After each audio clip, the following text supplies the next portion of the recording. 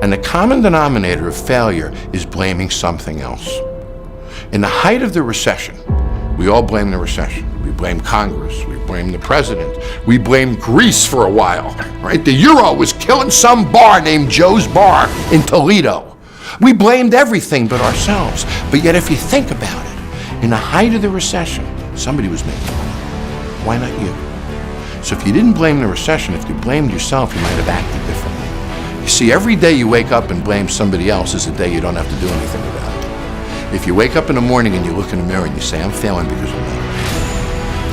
Even in sight of the recession, even in existence of the various problems, construction in my street, competitive environment, new digital world, meat prices are high, no matter what, you can make money. Look in the mirror and own it. I'm failing because of me. And don't allow any excuse to get involved.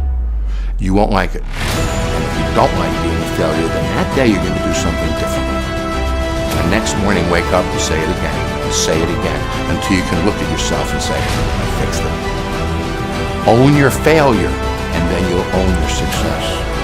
This is all about self-accountability. If you take that accountability, push it aside, and put it on your employees, your boss, your rent, your utility cost, anything other than you no longer have accountability, and you skate free, and then you're on a path of failure. And if you're sitting around waiting on somebody to save you, to fix you, to even help you, you are wasting your time, because only you have the power to take responsibility to move your life forward. And the sooner you get that, the sooner your life gets into gear. Well, what are you leaving out if you're leaving out responsibility? And the answer might be, well, maybe you're leaving out the meaning of life. That's what it looks like to me. It's like, here you are, suffering away. What makes it worthwhile?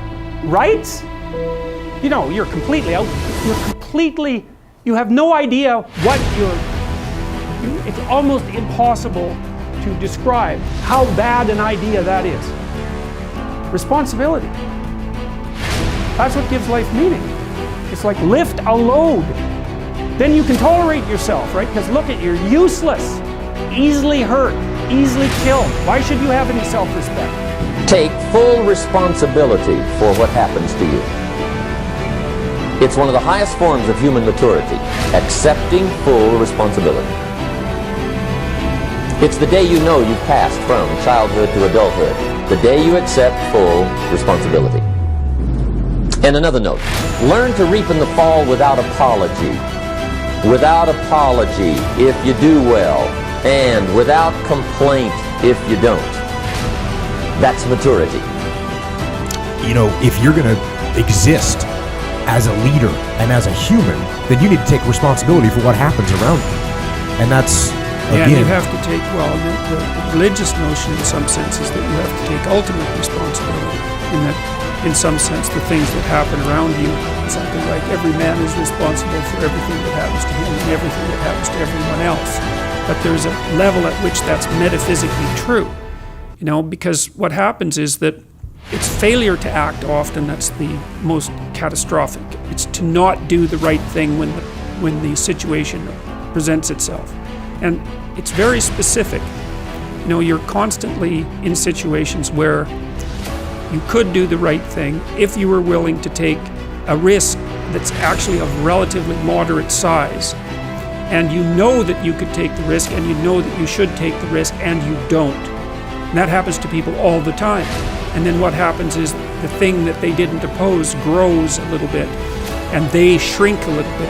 And that starts a loop, eh?